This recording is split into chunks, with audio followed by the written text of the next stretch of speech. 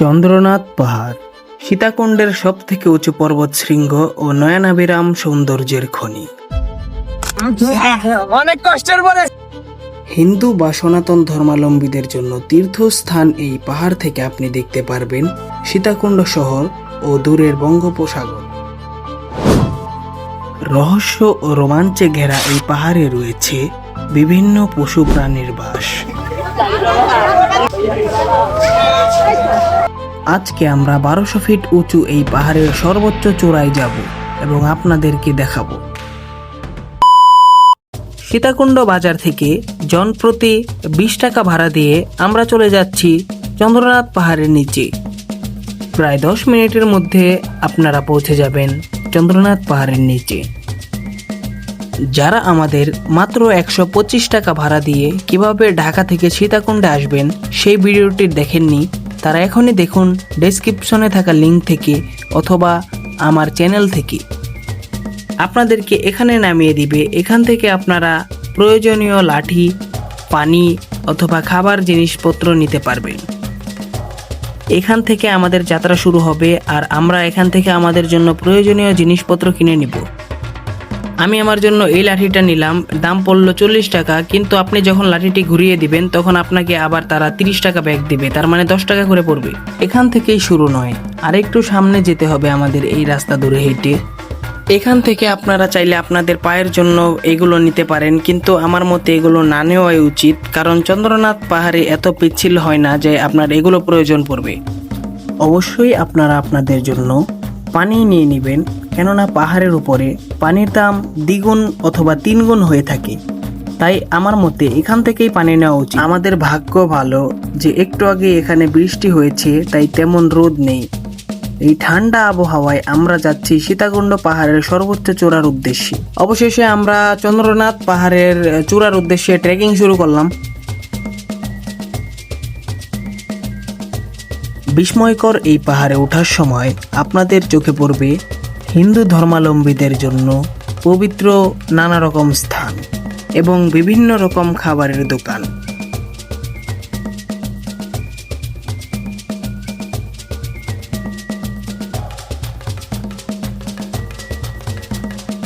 প্রায় 10-12 মিনিট হাঁটার পর আমরা চলে আসলাম চন্দ্রনাথ পাহাড়ের মেইন গেট। এখান থেকে আমরা বাম দিক দিয়ে উঠবো, তাহলে আমাদের জন্য খুবই সুবিধা হবে, আর নামার সময় ডান দিক দিয়ে নামবো। এই যে এটা হচ্ছে চন্দ্রনাথ পাহাড়ের মেইন গেট। এখান থেকে আপনারা চেষ্টা করবেন বাম দিক দিয়ে ওঠার, তাহলে আপনাদের জন্য খুবই সুবিধা হবে এবং প্রথমে ছোট মন্দির তারপরে বড় মন্দির পড়বে। চন্দ্রনাথ পাহাড়ের মেইন গেট দিয়ে ঢুকে আমরা অনেকটাই হেঁটে এসেছি, আর এদিক থেকে ওই যে আমার পিছে যে গেটটা দেখা যাচ্ছে সেটাই হলো মেইন গেট। আর এদিক থেকে আমরা পাহাড়ের ভিউ দেখতে দেখতে আগাচ্ছি। মোটামুটি আশা করা যায় যে 1.5 থেকে 2 ঘন্টার মধ্যে আমরা পাহাড়ের সর্বোচ্চ চূড়ায় পৌঁছে যাব। মেইন গেট দিয়ে ঢুকে হাতের বাম সাইডের রাস্তা দিয়ে হাঁটার পর কিছুক্ষণ হাঁটলেই দেখতে পারবেন সেই চন্দ্রনাথ পাহাড়ের চূড়া বা চন্দ্রনাথ মন্দির। আমরা বন্ধুরা মিলে মজা করতে করতে আমরা হাঁটতে হাঁটতে যাচ্ছি, তাই আমাদের কোনো কষ্ট হচ্ছে না।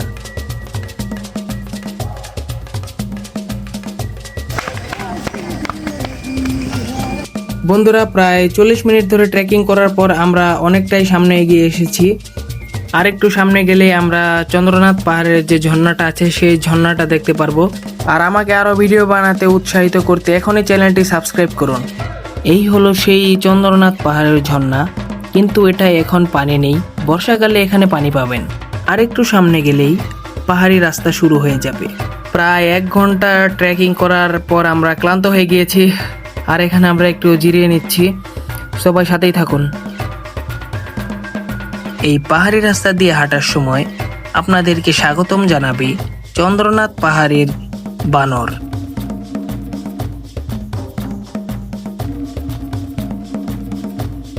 এখন আমরা একটি পাথরের পাশ দিয়ে হাঁটছি, আর এই রাস্তাটা কিন্তু খুবই সুন্দর, কারণ এক পাশে আপনি দেখতে পারবেন পাহাড়ের খুবই সুন্দর দৃশ্য আর বানর, যারা আপনাদেরকে স্বাগতম জানাবে, পাহাড়ে ওঠার জন্য উৎসাহিত করবে।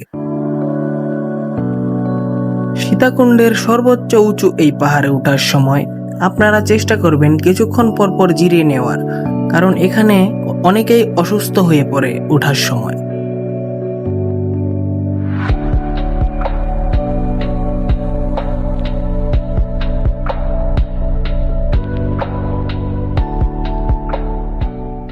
এই হলো চন্দ্রনাথ পাহাড়ের প্রথম ভিউ পয়েন্ট, আর এখানে কিন্তু অনেক মানুষ দাঁড়িয়ে দাঁড়িয়ে ছবি তোলে। আমরা এখান থেকে ছবি তোলার পরে এখন হাঁটা শুরু করে দিয়েছি, আরো সামনে যেতে হবে আমাদের। এটি হলো চন্দ্রনাথ পাহাড়ের সেই ছোট মন্দির।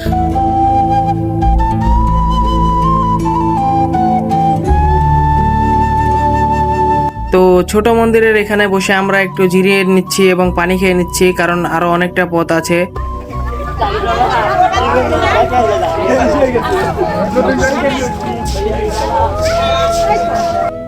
এই যে এই রাস্তা দিয়ে যখন আপনারা উঠবেন তখনই দেখতে পারবেন ছোট মন্দিরের আঙিনা। এখন আমরা উঠে পড়বো আর আমাদের যাত্রা আবার শুরু করব।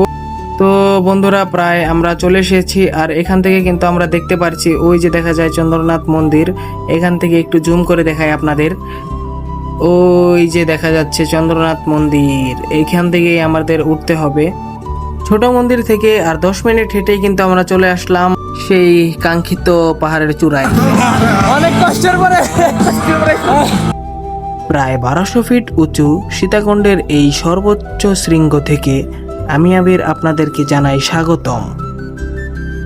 প্রায় দীর্ঘ 2 ঘন্টা ধরে হাঁটার পর আমরা চলে আসলাম শ্রী শ্রী চন্দ্রনাথ মন্দির। তো অবশেষে চলে আসলাম উপরে, আর এখান থেকে কিন্তু আমরা দেখতে পারবো খুব সুন্দর একটি ভিউ দেখতে পাচ্ছি। আর এখান থেকে কিন্তু সীতাকুণ্ড শহর ও বঙ্গোপসাগর দুটোই দেখা যায়। এই মন্দিরে কিন্তু অনেক হিন্দু ধর্মাবলম্বীরা তাদের তীর্থযাত্রা পূরণ করতে এখানে আসে।